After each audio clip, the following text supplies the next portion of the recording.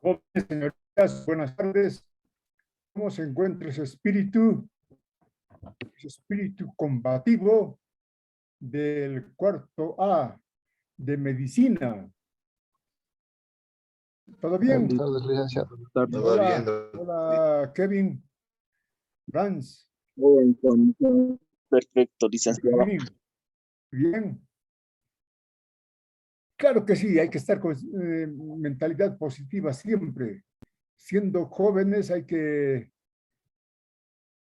como dicen, el seso para un joven es plano, porque tiene muchas actividades que realizar, eh, actividades que tienen que llegar a ser éxitos en la vida, políticos, profesionales, eh, familiares, y bueno, eh, si han tomado la decisión de estudiar medicina, es un carnet de que ustedes son estudiosos.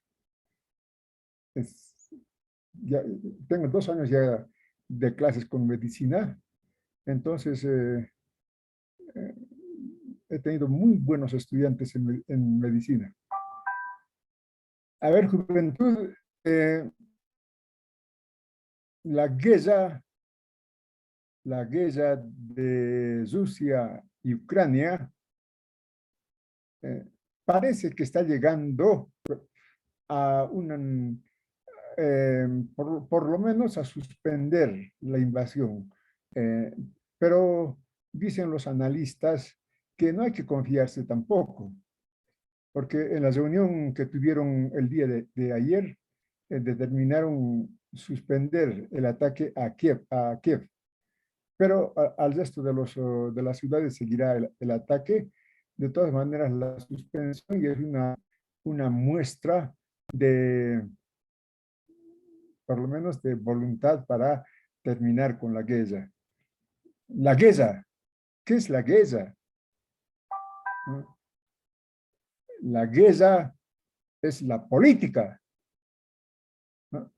Decía un teórico alemán, la guerra es la política, pero por otros medios ya no por los medios de la política, ¿no? Las negociaciones, la diplomacia, las elecciones, ya no. Cuando ya no hay otra opción, pues se ingresa a una guerra, ¿no? Y eso estamos viviendo ahora, esta guerra eh, seguro que tendrá consecuencias para, para la estructura del mundo. Vean ustedes lo importante que es la política, ¿no? La política decide, decide todo. ¿Quiénes han manejado la política de salud pública en contra del COVID-19 en el mundo? Los políticos, en Bolivia los políticos, la política, ¿no? Por eso los trabajadores mineros quieren que sus estudiantes de medicina, de ingeniería, de odontología, de bioquímica, de comunicación, sean profesionales con conocimientos científicos de la política. Entonces, juventud, si no tienen nada, ni una pregunta, si tuvieran, pues estoy dispuesto a responderles y podemos entrar en un debate en el curso. Pero si no, pues entramos directamente a la explicación del tema 1. Y bueno, les, hay, tenemos en clases eh, el apoyo de un ingeniero de sistemas. Le decimos Chente. Es, les va a ayudar harto en exámenes, eh, si es que los exámenes son virtuales, ¿no? Pero parece ser que este primer parcial por lo menos van a ser virtuales. Y yo digo que si determinamos que los segundos, terceros parciales también sean virtuales, eh, tal vez sea mejor, porque el estudiante Yo creo que al conocer inmediatamente sus notas, ya se siente más satisfecho. En cambio, los exámenes presenciales, el docente tarda mucho en calificar, porque realmente es un trabajo extra que hay que realizar. Entonces, juventud, hoy día se está realizando el Consejo Universitario. ¿Ustedes saben los resultados de ese Consejo Universitario? ¿Hay alguna novedad, alguna noticia del Consejo Universitario? Porque según información de Radio Pío 12, hoy el Consejo Universitario iba a tratar la solicitud de los estudiantes, que era empezar con las clases presenciales lo más antes posible. Sí, ya no más, es la posición de los estudiantes. Entonces, el consejo Universitario tenía que debatir. Seguro que siguen en consejo, ¿no? Todavía no debe terminar. Licenciado, A ver, bueno, pero Mario, adelante. nada. Mario, ¿sabes algo del Consejo Universitario? Licenciado, la verdad no sabíamos nada sobre el Consejo Universitario. Ay, ay, ay. Hoy está realizando el Consejo Universitario. Eh, bueno, el poder estudiantil tiene que hacerse sentir. Eh, a ver, rápidamente, eh, el poder de docentes y estudiantes prácticamente ha disminuido. Claro, por la pandemia no puede haber actividades, ¿no? Actividades dentro de la universidad. Pero yo digo que también es porque no eligen a su director de carrera, ¿no? Antes, en la Universidad del Siglo XX se elegía al director de carrera. Los estudiantes participaban. Era un claustro, elección del director. Pero ahora mandan una terna y de la terna sale el director. Pero eso habría que, se puede, yo creo, si es que es voluntad de docentes y estudiantes y de la Federación de Mineros, habría que volver a ese método de elección de directores de carrera. Entonces, el estudiante elige al director que ellos ven conveniente, ¿no? Es muy interesante el claustro de carrera. Entonces, empezaré con la explicación. Si no entienden o tienen alguna pregunta, me interrumpen sin problema. Voy a hacerlo lo más fácil posible y vamos a discutir después. ¿Ya? Tengo preguntas interesantes.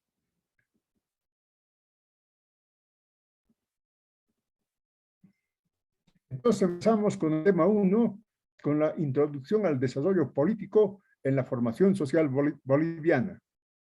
En la formación social boliviana. ¿Qué vamos a estudiar? El método de la política, ¿no? El cómo se debe estudiar a la política. ¿Qué método vamos a utilizar para estudiar el desarrollo político de Bolivia, de la formación social boliviana? Teorías, problemas. ¿Qué problemas tenemos? ¿Cuáles son las teorías sobre la política? Estamos en cuarto y nos pregunta, ¿qué es la política? Y bueno, ah, seguro que pueden responder, ¿no? Eh, la política, pero es difícil responder. Entonces, el método que vamos a estudiar en este curso para estudiar a la política es el método modular, la metodología modular. ¿En qué consiste la metodología modular? Para estudiar a la política, ¿no? Vamos a estudiar en primer lugar la teoría política, las teorías políticas, pero no desde el punto de vista de las teorías políticas, sino desde el punto de vista del discurso de interpelación que tienen los partidos políticos sobre la realidad social. Por ejemplo, el discurso del movimiento al socialismo. en este momento es el discurso dominante, ¿no? Entonces, eso vamos a estudiar en su momento, el discurso del movimiento al socialismo. Nosotros vamos a empezar estudiando el discurso de los libertadores, el discurso político de los libertadores. Pero en términos generales, la metodología modular nos dice que para conocer la política en un periodo determinado hay que estudiar el discurso en ese momento, el discurso dominante. Esa es la teoría política, el discurso dominante en ese momento.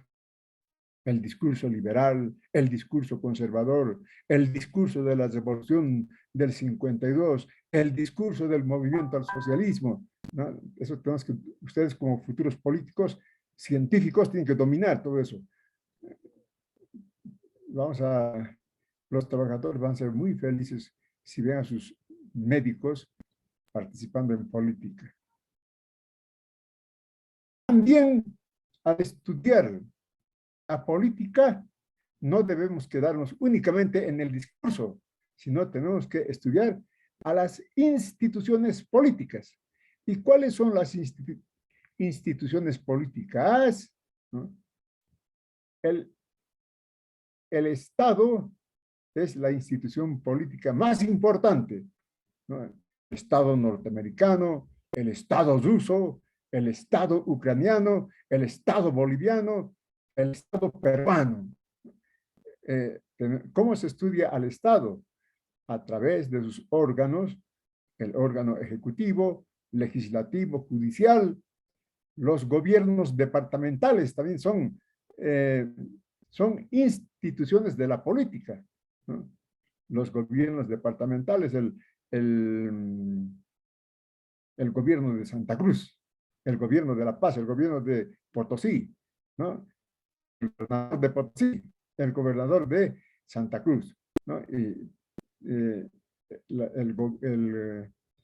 los gobiernos departamentales, también instituciones políticas, y por supuesto los municipios, los gobiernos municipales también son instituciones políticas, y los gobiernos regionales, por ejemplo, la autonomía indígena, originaria, campesina, que ha sido creado por la Constitución Política que se ha promulgado en 2008, ¿no?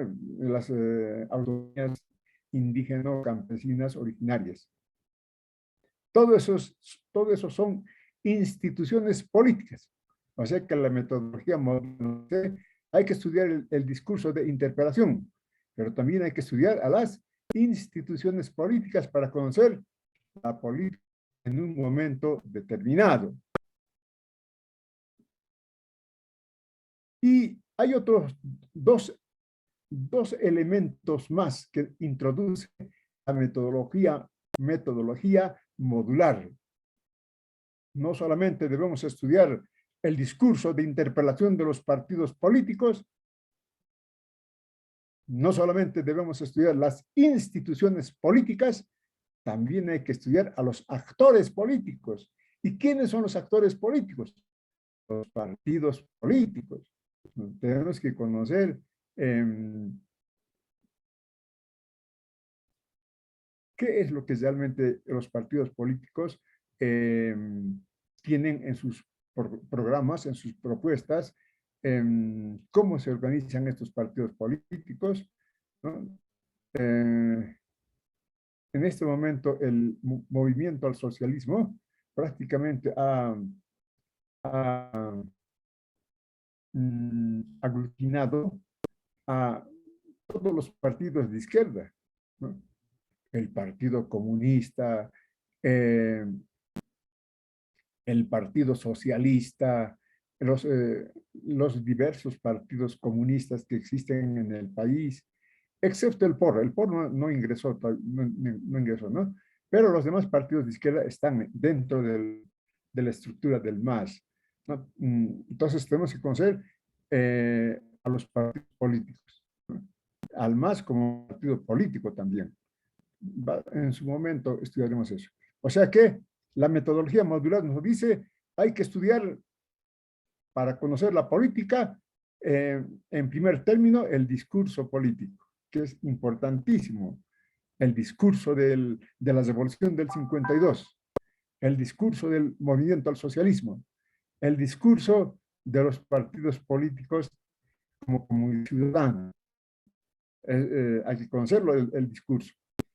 Pero también hay que conocer las instituciones políticas, el Estado a la cabeza de esas instituciones. Y a los actores. ¿Cuáles son los actores? Los partidos políticos.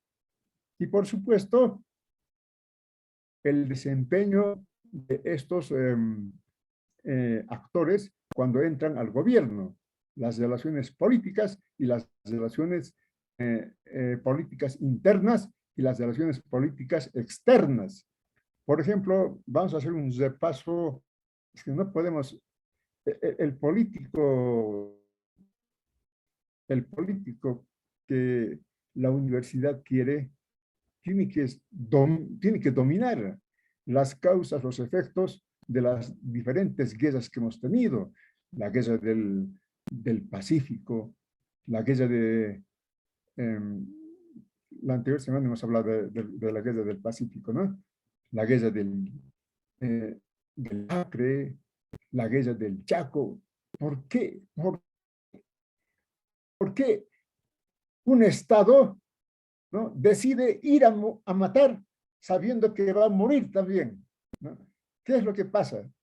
¿Por qué un gobierno, ¿no?, decide conducir a la sociedad, ¿no?, a una confrontación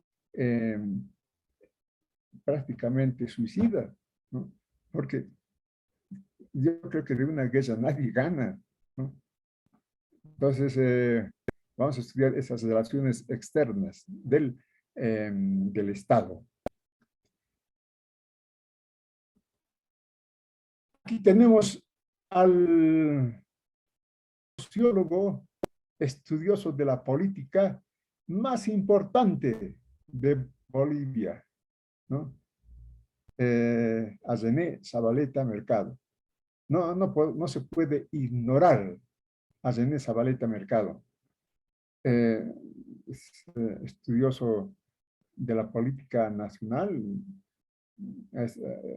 En realidad ha vivido en México. En México era director de un instituto de posgrado boliviano. A los 25 años fue ministro de minería y escribió muchos libros interesantes. La obra cumbre es Lo Nacional Popular en Bolivia. Eso lo voy a poner al Moodle, que ustedes pueden leer o bajar o comprarse. No cuesta mucho, 40 bolivianos creo que cuesta el libro Nacional Popular en Bolivia. Y por supuesto, el político tiene que haber leído a Carlos Montenegro, ¿no?, el teórico de la revolución del 52, ¿no?, porque la ciencia, ¿no?, se practica con la teoría. Ustedes no pueden curar a un enfermo si no tienen la teoría, ¿no?, aprendida. Lo mismo pasa con las ciencias políticas. Su micrófono de la compañera Merit está prendido. Apague, por favor. Janet, Mary, apaguen su micrófono, por favor. Sí, Lisa, no, estaba apagado el mío. Estaba diciendo que la compañera estaba prendido su micrófono. Mary era, ¿no? Mary, por favor, apaga tu micrófono. Bien. Entonces, ustedes como políticos, y este libro va a estar también en el Moodle, pero las recomendaciones que se compren en su biblioteca, ¿no?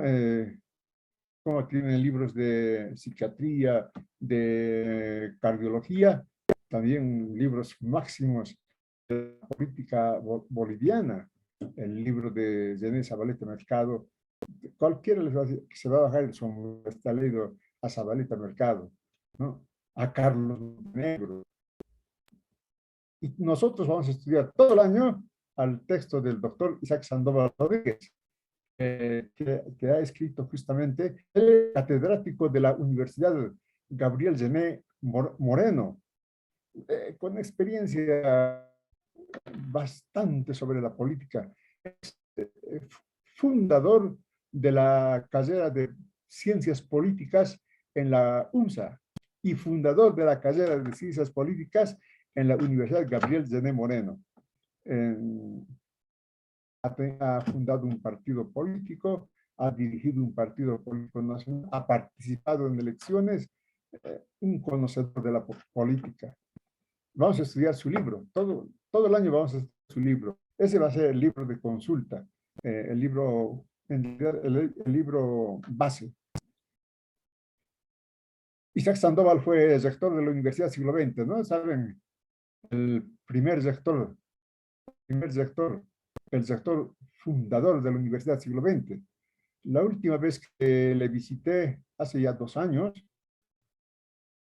estuve hablando con él a su casa, en su casa hemos hablado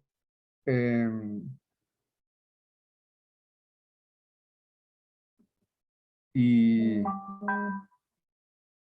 bueno, quedamos en que tenemos que escribir la historia de la Universidad Nacional Siglo XX. Entonces, lamentablemente él se fue y me dejó esa tarea, ¿no? Tengo que escribir la historia de nuestra universidad.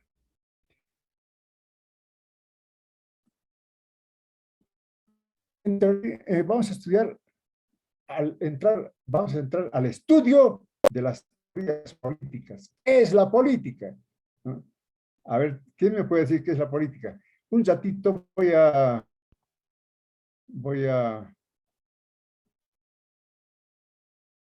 arreglar la batería, que está, un ratito, por favor.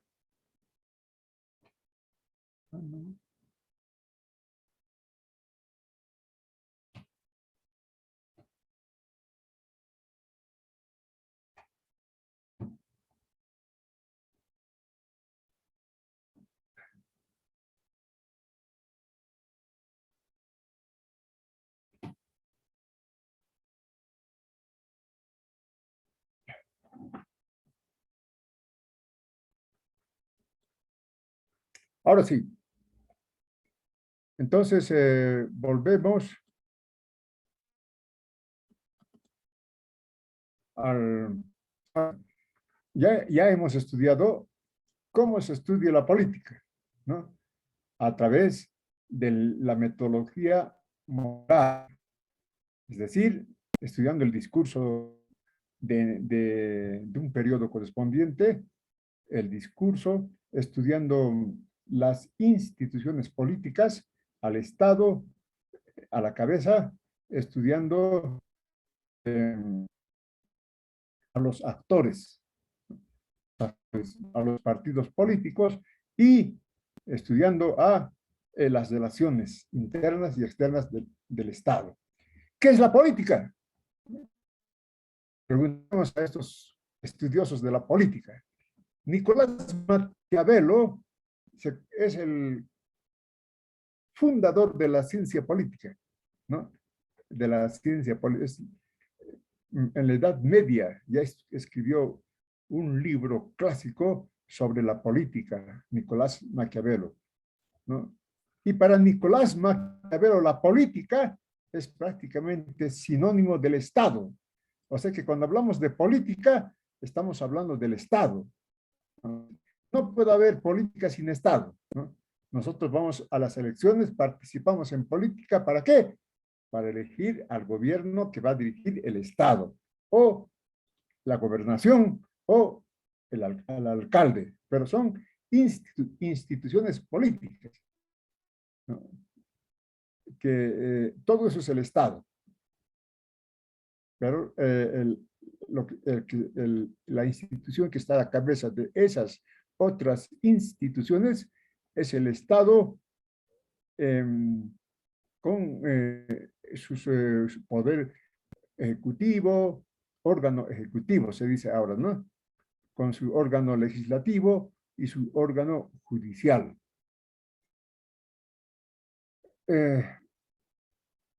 Entonces, ¿qué dice Maquiavelo? Dice, el Estado es un fin en sí mismo, ¿no? Está por encima de las acciones privadas de los individuos, ¿no? Y Maquiavelo en su libro expone, ¿no?, cómo debe ser el gobernante, ¿no?, para que mantenga su privilegio. Ese gobernante tiene que usar la fuerza, tiene que ser astuto y tiene que ser hábil, ¿no?, para ser un gobierno. Y eso les digo, jóvenes, ¿no? A ver, yo les pregunto, busquen un político que no sea astuto. Todos los políticos son astutos, ¿no? Por eso están en la política, ¿no? Hay políticos buenos, políticos mediocres, políticos malos, pero son astutos. Y el gobernante tiene que ser súper astuto. Para manejar la fuerza física, tiene que ser hábil, inteligente. Esas son las cualidades del gobernante, según Nicolás Maquiavelo. Entonces, ¿qué es la política? Es el Estado. ¿Entienden? El Estado como un fin en sí mismo, que está por encima de las acciones privadas de los individuos. Esa es la definición de política de Nicolás Maquiavelo. O sea que cuando nosotros hablamos de política, nos estamos refiriendo al Estado, ¿no?, ya sea al Estado principal o al Estado de las gobernaciones, ¿no? Las gobernaciones pertenecen al Estado también. Las municipalidades pertenecen al Estado. Las instituciones indígenas, campesinas, también pertenecen al Estado.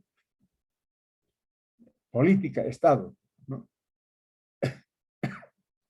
La ciencia política, diferente. La ciencia política estudia científicamente al Estado. ¿Qué dice otro gran estudioso? Estos son los más, la cumbre del pensamiento social y político en el mundo y en la historia del conocimiento. Maquiavelo, Max Weber, alemán.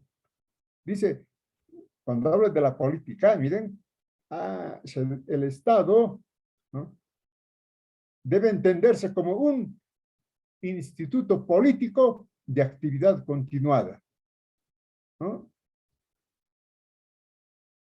en la medida en que su cuadro administrativo, es decir, su burocracia, mantenga con éxito la pretensión al monopolio legítimo de la coacción física. El Estado es el único que tiene la capacidad de imponer por la fuerza, ¿no? Eso es legal, según las leyes. Si alguien no quiere hacer caso, viene la policía, él es representante del Estado, ¿no? Y el Estado es el único que puede imponer a la fuerza. Después, nadie más. Para el mantenimiento del orden vigente, ¿no? Entonces, para Max Weber, ¿no?, cuando habla de la política, habla del Estado, ¿no? ¿Y qué es el Estado? Es un instituto político de actividad continuada. El Estado no puede ser para hoy nomás o para un periodo, sino es permanente, con, ¿no?, la vigencia del Estado, porque es un fin en sí mismo. Entonces, la actividad continuada, pero tiene aquí, ¿por qué? ¿Cómo va a mantener esa actividad continuada el instituto político que es el Estado? Sí y solo sí sus cuadros administrativos puedan mantener con éxito la pretensión al monopolio legítimo de la coacción física. Vean que es importante, ¿no?, la actividad de la burocracia en los estados, ¿no? No sé si me van a entender. cuando hay crisis económica, ya se anuncia, lo hacen anunciar al presidente, pero el Estado sigue funcionando. ¿Cómo? Con su burocracia. Entonces, eso es lo que dice Max Weber. A ver, ¿qué dice Antonio Gramsci? Otro teórico de la política. Usted tiene que dominar, saber quién es Nicolás Maquiavelo. A veces pregunto, explique usted la teoría política según Nicolás Maquiavelo, o de Max Weber, o de Antonio Gramsci. Y son, en realidad son definiciones que se van complementando, de Maquiavelo, de Max Weber, de Gramsci y de Sandoval, que vamos a estudiar. Y si no, no son contradictorios, sino se van complementando, porque toditos estudian Estado, política, Estado, ¿no? Entonces, Gramsci, ¿qué dice? Igualito. Ah, el Estado es sociedad política y sociedad civil. O sea, hegemonía acorazada con coerción. ¿Qué quiere decir eso? ¿No? Claro, ¿qué es la sociedad política? Los funcionarios públicos son sociedad política. El gobierno, los ministros, el presidente, los alcaldes, los, eh,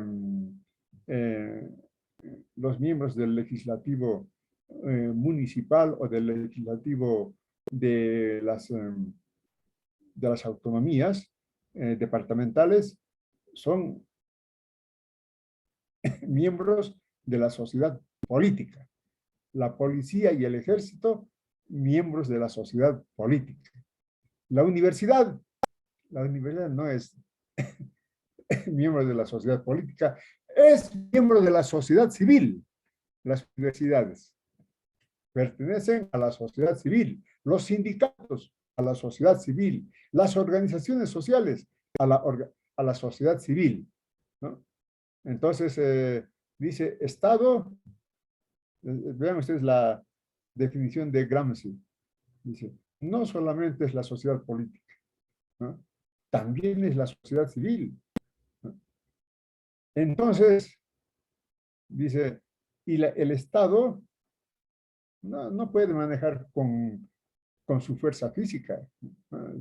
Está mal. El Estado tiene que manejar con hegemonía. ¿No? Por eso dice hegemonía acorazada de coerción. La hegemonía, ¿no? Por eso es que cada vez, ¿no? Los representantes del gobierno nos van explicando qué están haciendo, por qué están haciendo esto, cada vez, ¿no? Es la función de ellos para que nosotros podamos decir, ah, está bien, ¿no?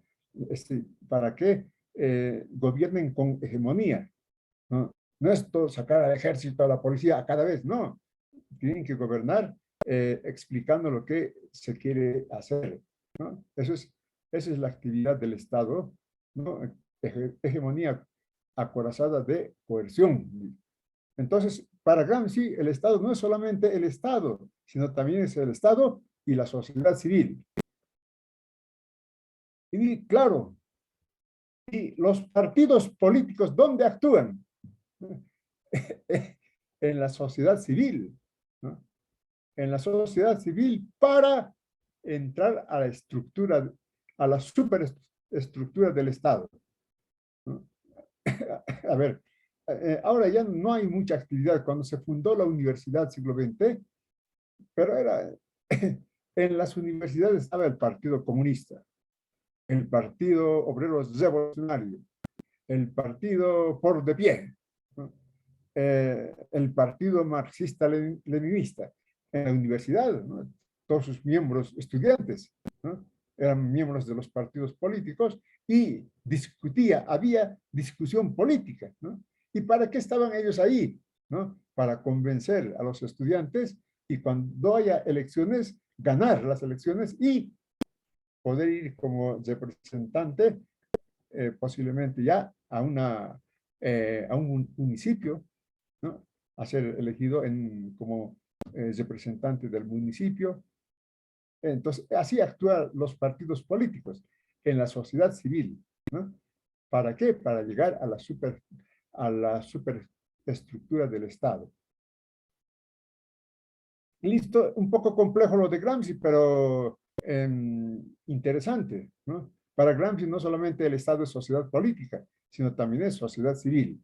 El Estado debe manejar con hegemonía, no tanto con su fuerza física, ¿no? ¿Y dónde actúan los partidos políticos? En la sociedad civil. En la sociedad civil está el verdadero poder. ¿De dónde nace el poder del Estado? Del poder del pueblo. Por eso hay elecciones, ¿no? El pueblo va delegando su poder al Estado, al gobierno, para que pueda gobernar, ¿no? Entonces, esa es la teoría de Gramsci. ¿Conocen ustedes a estos caballeros?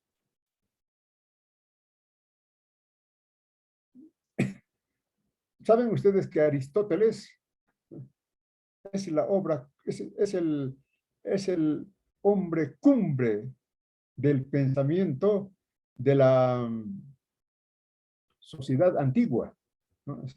No se puede estudiar ni siquiera la física, yo creo que ni la medicina, sin conocer los conocimientos de Aristóteles.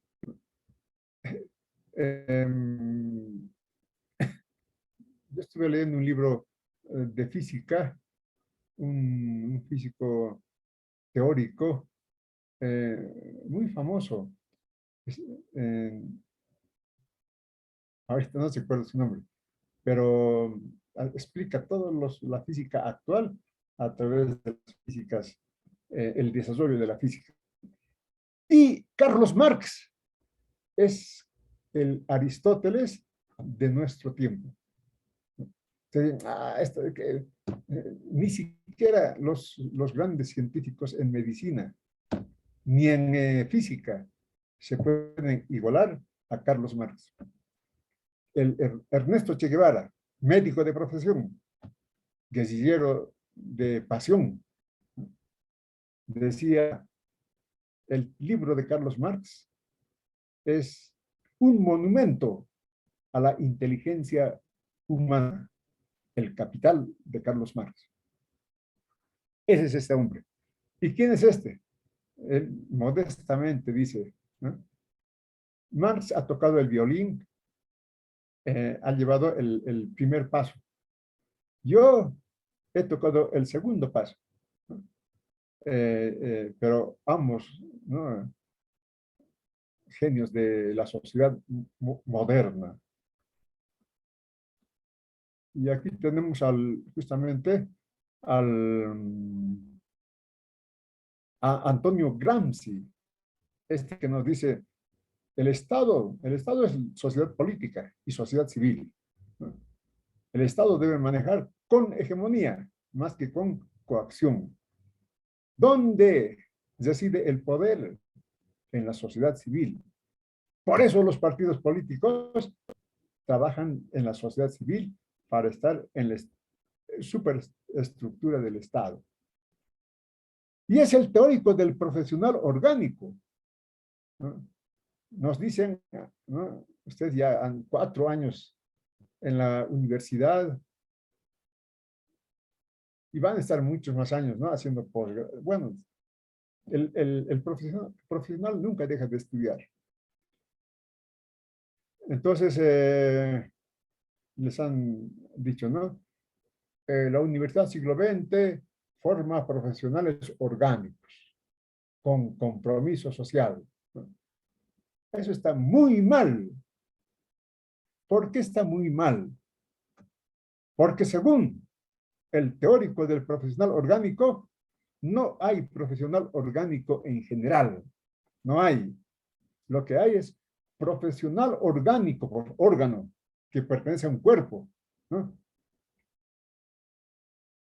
El profesional orgánico pertenece a un cuerpo, ¿no? El profesional orgánico, por ejemplo, que pertenece al cuerpo de la burguesía, ¿no?, es profesional orgánico de la burguesía. Hay profesionales orgánicos de los financistas, de los banqueros, ¿no? Profesional orgánico de los banqueros. o profesional orgánico de los grandes comerciantes, ¿no? Entonces, ese es el profesional orgánico. ¿Y cómo tiene que ser el profesional orgánico del siglo XX? Profesional orgánico de los trabajadores. Ahí, ¿no? No puede ser profesional orgánico en general, porque puede ser profesional orgánico de la burguesía o puede ser profesional orgánico de los trabajadores. ¿Qué tenemos que ser? Profesional orgánico de los trabajadores. Eso explica en su libro Antonio Gramsci, en su libro que habla sobre el profesional orgánico. Existen profesionales orgánicos de la burguesía, muy buenos profesionales orgánicos que justifican la explotación capitalista, y también tiene que haber profesionales orgánicos de los trabajadores que justifiquen la lucha de los trabajadores, ¿no? Ese es el profesional orgánico. Y con compromiso social, también está mal. A ver, vayan ustedes a la universidad privada que hay en toda Bolivia, universidad privada se llama, universidad privada, ese es su nombre, universidad privada, pertenece a la empresa privada, ¿no? Y ellos forman profesionales orgánicos para la empresa privada, ¿no? ¿Qué dice? Nuestros profesionales están formados con compromiso social, ¿no? Ellos con compromiso social y nosotros también con compromiso social. ¿Hablamos el mismo idioma? No, no. Nosotros tenemos que decir con compromiso político. Ese es nuestro compromiso, ¿no? No sé si cuando un hombre entra o una mujer entra a la actividad política, se le considera que está por encima del resto de las personas, porque es consciente de que con la política va a hacer muchas cosas, ¿no? Por ejemplo, hay problemas de salud, con la política se cura mucho mejor, mucho más rápidamente y más a más personas, ¿no? Entonces, compromiso político es la cosa. Y por último, con la teoría del doctor Isaac Sandoval, hemos estudiado la teoría de Maquiavelo, la teoría de Max Weber, la teoría de Antonio Gramsci, y ahora entramos a la teoría de Isaac Sandoval Rodríguez. Isaac Sandoval nos dice, todas las definiciones de los anteriores estudiosos de la política está bien, es así, no son contradictorios, más bien se complementan. Pero para conocer al Estado, hay que estudiar al bloque de poder. Hay que saber quiénes forman el bloque de poder en ese momento, dentro de ese Estado, ¿no? Vamos a ver que en diferentes etapas en el bloque de poder estaban los empresarios mineros, por ejemplo, de La Plata, o empresarios mineros del estaño, por ejemplo, o el pueblo con la revolución del 52, ¿no? Pero es complejísimo. ¿Por qué no se desarrolla esa revolución del 52? ¿No?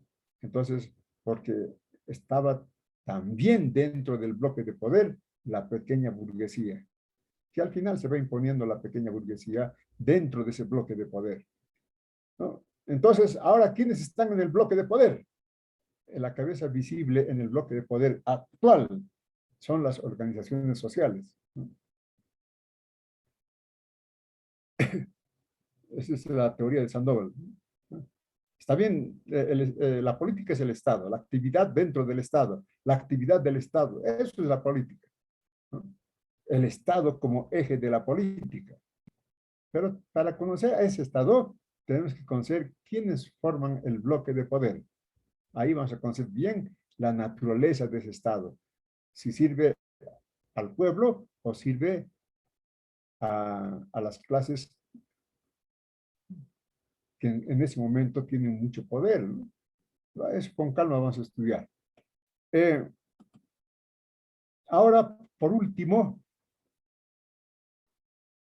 entramos a este punto. ¿Cuáles son los grandes problemas de la política mundial, ¿no? nosotros hemos vivido, seguimos viviendo el problema de la pandemia. La pandemia no ha pasado, ¿no?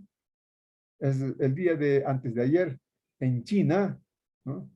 En una ciudad de millones de habitantes, estaban, estaban adquiriendo bienes de consumo, ¿no? Se estaban aprovisionando de bienes porque prevé que van a entrar en cuarentena rígida.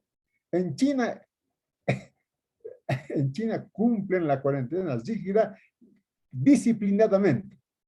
Ahí no hay, ¿qué pasa? ¿Qué pasa? Yo soy, no, no hay, ahí, ah, si no acatas, ya te espera, ya sabes lo que te espera, ¿no? Entonces, porque hay una nueva variante, ¿no?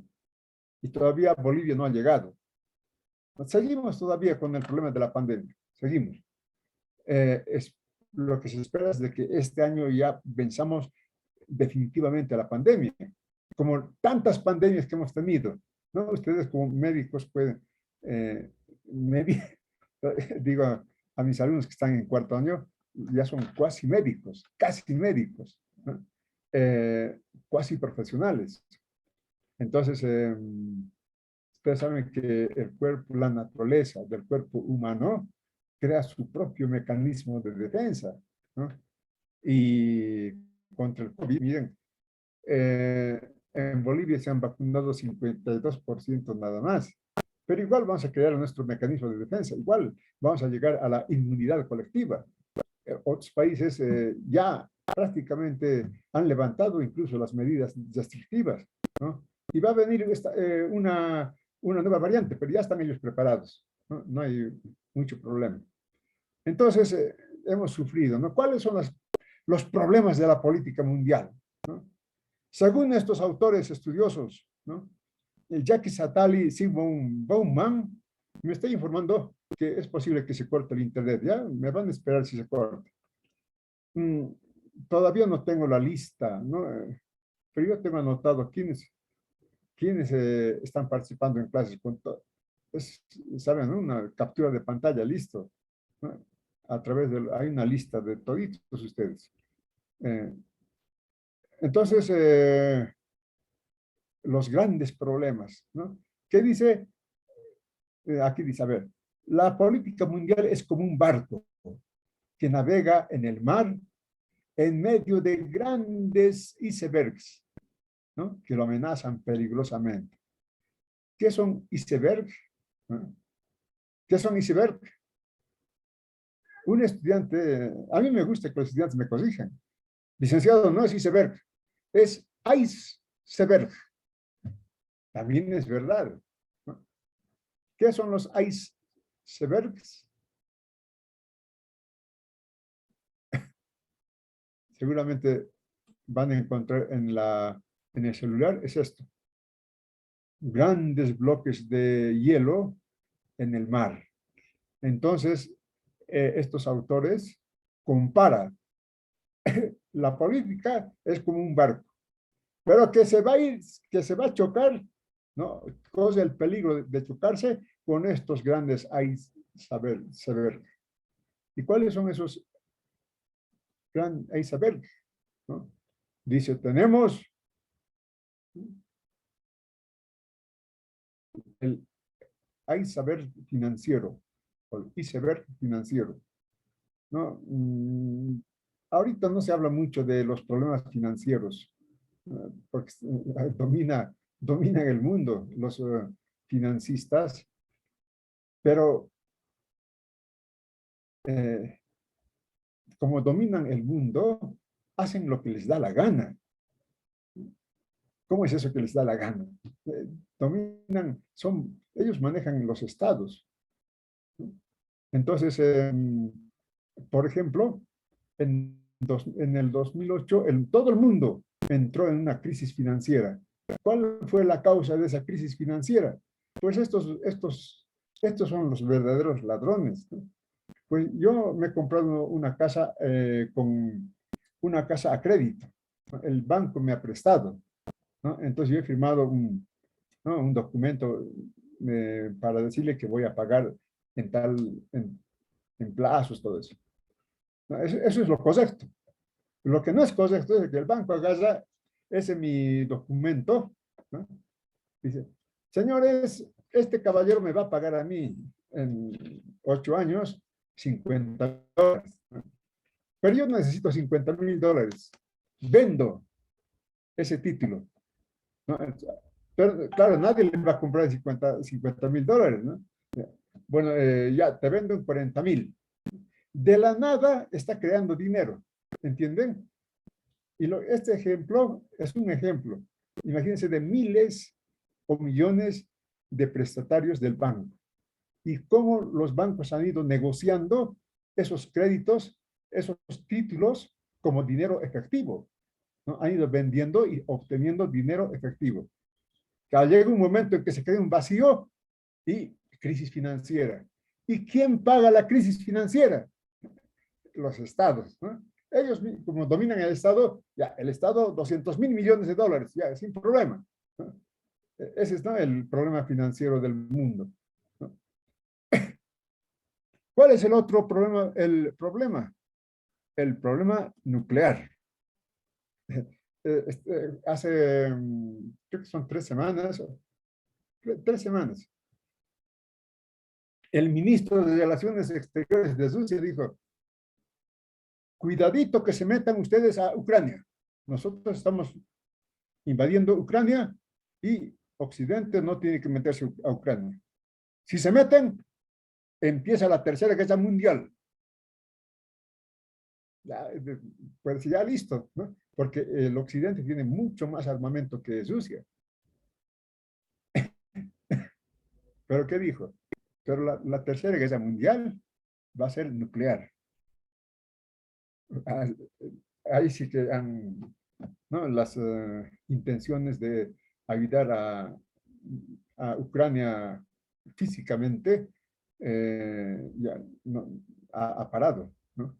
Porque una guerra nuclear es para llegar al planeta de los simios. Entonces, es otro iceberg. No solamente la escandalosa especulación financiera de los grandes bancos, sino también los arsenales nucleares que tienen. 20 países que tienen bombas nucleares, ¿no? Y esto pone inseguro al mundo. En vez de dar seguridad, un, una guerra nuclear, pues, está comprobado, desaparece la Tierra, ¿no? De los políticos son los que manejan esto. La política. Y también tienen misiles, ¿no?, pero inteligentes. Le programas, a ese lugar vas a ir. El misil llega tranquilamente. El otro iceberg es el iceberg ecológico, el calentamiento global, el gran problema del mundo actual. El mundo se está calentando, ¿no? Y las tierras fértiles se van convirtiendo en desiertos, ¿no? Y según los investigadores, ¿de dónde aparece la pandemia? Esta pandemia que estamos viviendo, justamente del calentamiento global, ¿no? Que los virus tienen su hábitat. Ahí, si no le molesta, están felices los virus. Pero como con el calentamiento global se va invadiendo el hábitat que todavía queda de tierras fértiles, entonces los virus han tenido que emigrar, ¿no?, a las ciudades. Entonces, es un gran problema el calentamiento global. Yo fui director de investigación del CUV. Las embajadas que financian investigaciones, casi con seguridad te financian una investigación que presentes sobre el calentamiento global, ¿no? Y están muy interesados sobre las investigaciones en calentamiento global, ¿no? Entonces es otro gran problema que tiene la política en el mundo, el calentamiento global. Ya hemos explicado el virus, como en una semana se ha vuelto mundial la especulación financiera, y claro, esto está comprobado. Un puñado de grandes multimillonarios son los que dominan el mundo realmente, ¿no? Ellos imponen gobiernos o gobiernan directamente, ¿no? Porque, ¿qué está pasando con Rusia? Ah, no, no, a Rusia le vamos a castigar, ¿no? ¿Cómo? A sus grandes oligarcas, ¿no? Que tienen miles de millones, ¿no?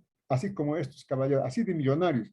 Entre millonarios en realidad se están peleando, ¿no? Y bueno,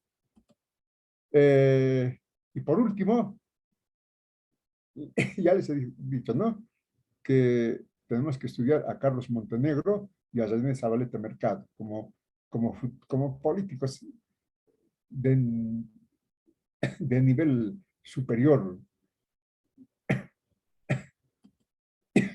Y este texto en el Moodle, todo va a estar en el Moodle, ¿ya?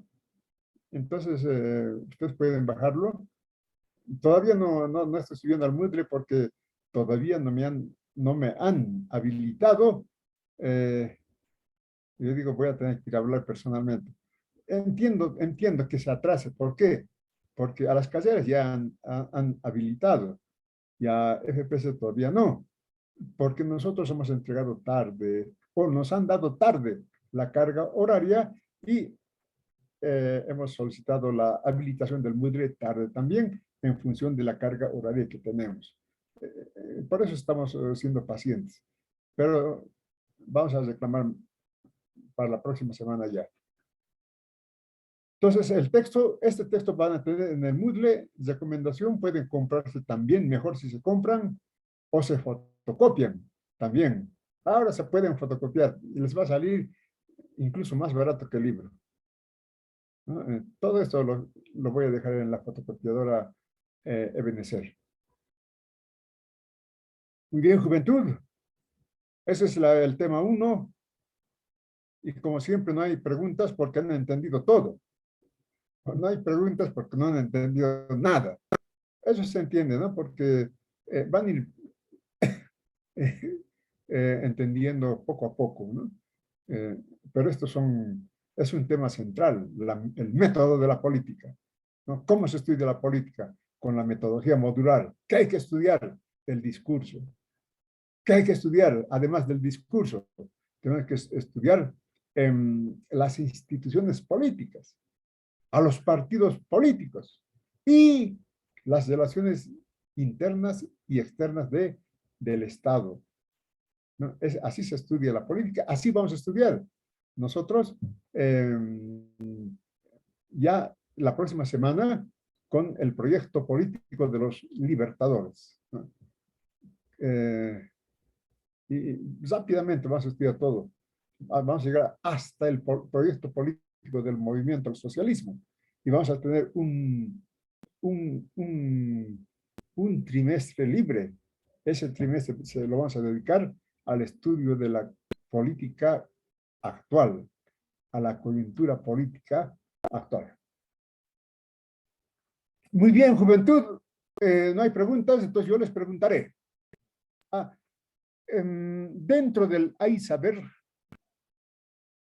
siempre me olvido, dentro de los hay 4 hay saberes, según estos teóricos de la ciencia política.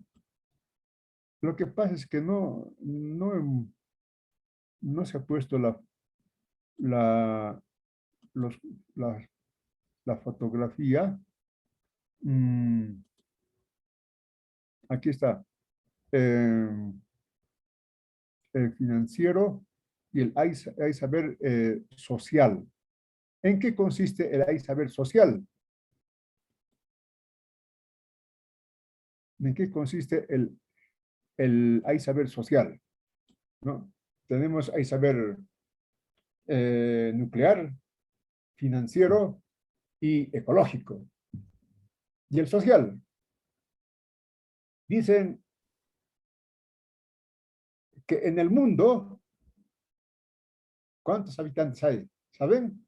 Como médicos ya tienen que saber cuántos habitantes tenemos en el mundo. Actualmente, o en esta generación, dice, en esta generación, 3.000 millones de personas, 3.000 millones de personas van a quedar al margen, van a ser prescindibles. La estructura económica del mundo capitalista tranquilamente puede prescindir de 3.000 millones de personas. Entonces, ustedes dirán, pero eso no es novedad, ¿no? Siempre hay desempleo. En todas partes hay desempleo. Pero yo digo siempre, ¿no? Hay que golpear 100 puertas. De esas 100 puertas, uno te va a abrir. Entonces, pero hay desempleo en el mundo, pero imagínense qué atrasados estamos nosotros, ¿no? En Europa, los jóvenes tienen seguro, ¿no? Los jóvenes que no trabajan tienen seguro, solo que tienen que demostrar que han buscado trabajo durante 3 meses y no han podido encontrar, entonces le pagan seguro de desempleo al joven. También a los trabajadores tienen seguro de desempleo también. Pero aquí no hay nada de eso, ni para los trabajadores, ni menos para los jóvenes, ¿no? Lo atrasados que estamos. Y decimos que estamos bien, ¿no? Entonces, hay saber en el mundo actual, ¿no? Es el hay saber financiero. ¿Y en qué consiste el hay saber financiero? De que 3.000 millones de los 11.000 millones van a quedar prescindibles, ¿no? Entonces, la pregunta es, para la próxima semana, jóvenes, y al que responda bien, mire, como testigos ustedes, va a tener 10 puntos más en el primer parcial, ¿no? Si se saca 90, va a tener 100. Por 10 puntos. ¿Cómo se puede solucionar ese problema? No me diga que ayer me dijeron bueno, el COVID va a solucionar el problema. No, ese tipo de solución no, es una solución nazi, no ese tipo de solución. Entonces, ¿cómo podemos solucionar este problema del hay saber social? 3.000 millones de personas van a quedar prescindibles en el mundo, en esta generación. Entonces, ¿cómo podemos hacer que esos 3.000 millones no queden al margen en esta generación dentro del sistema económico capitalista? Pensaremos, no es fácil, no es fácil. No es fácil porque estamos con toda la estructura ideológica del capitalismo, ¿no? Eso es como decir, ¿estás estudiando política para qué? Hay que estudiar más bien química, física. Con esa ideología estamos. Pero ustedes no. A ver, piensen, ¿no? Ese problema, ¿no? Problema social, ¿no?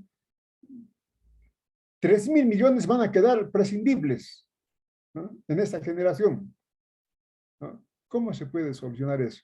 Dentro del sistema capitalista. Pensaremos. 10 puntos al que se responda correctamente esa pregunta. Entonces, juventud, nos iremos a descansar. Son las 6:11.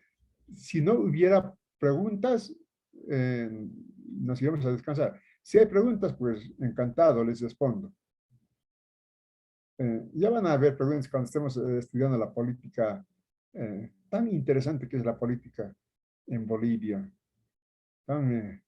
¿Por qué porque la pregunta que debemos hacernos siempre es, ¿por qué somos tan pobres? ¿No? Miren, tienen que ir a Europa ustedes. ¿Cómo un profesional no va a conocer Europa o Estados Unidos? ¿No? Cuando yo llegué a Europa, vi a todo el mundo bien vestido, todos, pero con ropa nueva, de moda, toditos, no había un mal vestido. Entonces yo dije, para mí fue extraño. Dije, debe ser fiesta, por eso todos se han vestido bien. Pero todos los días se visten así, ¿no? Porque están pues satisfechos con... ¿Qué les falta? Tienen su internet. El internet que tienes, inmediatamente se conectan con el mundo. Nosotros todavía tenemos que esperar, ¿no? Tienen sus autos, su casa, tienen dos casas, uno en la ciudad y otro en la montaña, dicen, ¿no? En los pueblos. ¿Qué comen? Por eso hay que ver, hay que experimentar. Puro, la carne está saliendo del plato, el tamaño de la carne o del pescado. ¿Por qué son tan ricos?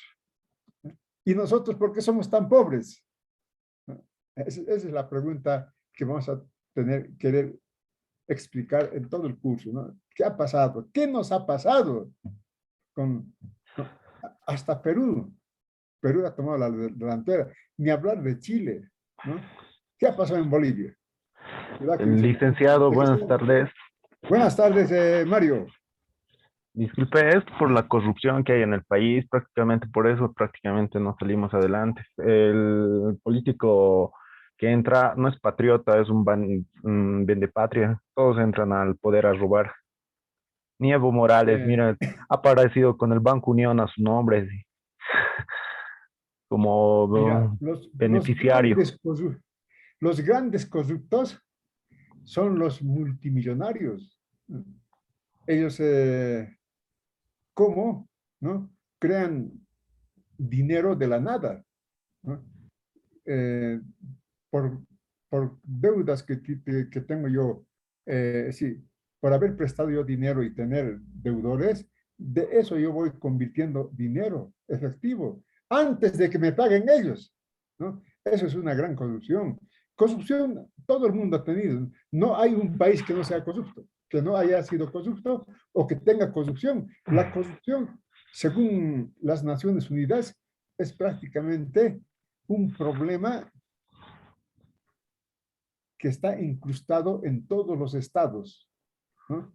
Es un problema de formación y de la formación de la persona desde la niñez, licenciado. Prácticamente los padres sin educación enseñan a los hijos a crecer sin valores éticos ni morales, por lo cual cuando ya son mayores ven la oportunidad, les llega la oportunidad, aprovechan la oportunidad, llegan al poder y solo llegan a robar. Y prácticamente, ¿por qué ha pasado eso? Como las sanciones que ahora le están colocando a Rusia, miles de millones de dólares de toda la Unión Europea y otros países más que le están colocando las sanciones por la invasión a Ucrania. Lo mismo ha pasado por los años 1950, 1960, porque prácticamente en ese tiempo, ¿qué ha pasado? Ha habido dictaduras en el país, no querían salir del poder, así como el MAS igual, se quiere mantener en el poder. ¿Y qué pasa? ¿Qué ha pasado en esos tiempos? Igual nos ha llegado las sanciones. ¿Y qué ha pasado con esas sanciones? A los políticos no les ha afectado en nada. ¿A quién ha afectado? Ha afectado a la clase social más baja, porque uno, no tenían acceso a la educación, porque prácticamente ha habido una hiperinflación. Ha habido una hiperinflación de la canasta familiar, hasta nuestro Producto Interno Bruto se ha desvalorizado, ¿no? Y prácticamente En esos tiempos mis padres me cuentan que había pulperías en el cual iban a recoger carne, iban a recoger pan, iban a recoger dulces, etcétera, etcétera, etcétera. Pero a partir de que nos han colocado esas sanciones y de que ha habido lo que vendría a ser eh, las dictaduras, es por eso que muchas personas no han podido tener acceso al país y a la educación, y es por eso que ha habido un retraso enormemente en el país. Por unas cuantas personas es por lo que está pasando el país. Mario, Bueno, todos los me estoy países un han tenido poco dictadura. colocando nervioso, pero la Todos los cuestión es países han tenido esa. dictadura, ¿no? Pero ellos, No, mira, ahorita hay dictadura en Rusia por Vladimir Putin. Y ahorita, eh, país igual, Rusia es igual una potencia, ¿no? Tiene hartos millones, millones, millones de dólares, ¿no? Igual tiene full dinero. Pero igual, las sanciones que le están colocando a Rusia, ¿qué ha hecho Rusia? Se lo está limpiando por el culo y le está diciendo, déjenme el trasero, yo tengo armamento nuclear, hijos de puta, jódanme, se va a desatar la tercera guerra mundial, cosa que no podemos hacer. Es por eso que en aquí en Sudamérica, lo único que nos salva de esas sanciones es la democracia. Ningún partido político puede llegar a tomar siempre o creerse dueño del país, licenciado. gracias, Mario. Vamos a estudiar Por eso desde hace tiempo, ahora lo mismo está sucediendo en Venezuela con Nicolás Maduro, porque no quiere salir del poder. ¿Y qué está pasando? A él no le está afectando en nada. Recibe sus banquetes de lujo, recibe toda la comida que quiere, pero ¿quién está pagando? Su país está prácticamente ha frenado su desarrollo. Estaban yendo bien, pero por esa dictadura ha frenado su desarrollo Venezuela. Y es por eso es por eso que vemos ahora venezolanos acá en Oruro, en Chile, en Brasil, en toda Sudamérica, hasta en Norteamérica, Europa, puros venezolanos pidiendo man, pidiendo limosna para llevarse algo a la boca.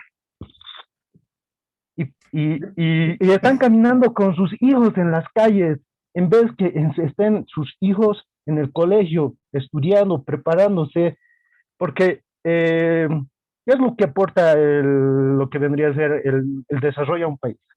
¿Qué carreras aportan al desarrollo a un país? Ingeniería y área salud, licenciado. Porque esas dos carreras son como un árbol, tienen varias ramas y son bien, son basadas más que todo en la ciencia. Licenciado, buenas noches. Eso. Buenas noches, Álvaro. Va a disculpar, Lice. Tenemos clases a las 6:30, Lice. Mil disculpas Ya. que les interrumpa. Ya. De todas maneras, nuestras clases, o sea, 10 minutos más tenemos, según nuestras clases, el horario que me han dado en medicina. Bueno, decirle a Mario de que eso vamos a ir comprobando si es verdad lo que dices o no es verdad lo que dices. Ya, para eso está la ciencia. Vamos a estudiar científicamente lo que ha pasado en Bolivia. Entonces nos despediremos. Tenemos 10 minutos para, dicen los cubanos, hacer una higiene mental. Nos vemos. Chao. Hasta luego. Hasta luego, licenciado. Hasta luego, Licen. Hasta luego, Lice. Sandra. Hasta Luego, luego. licenciado. Hasta luego. Hasta luego. Hasta luego. Chao.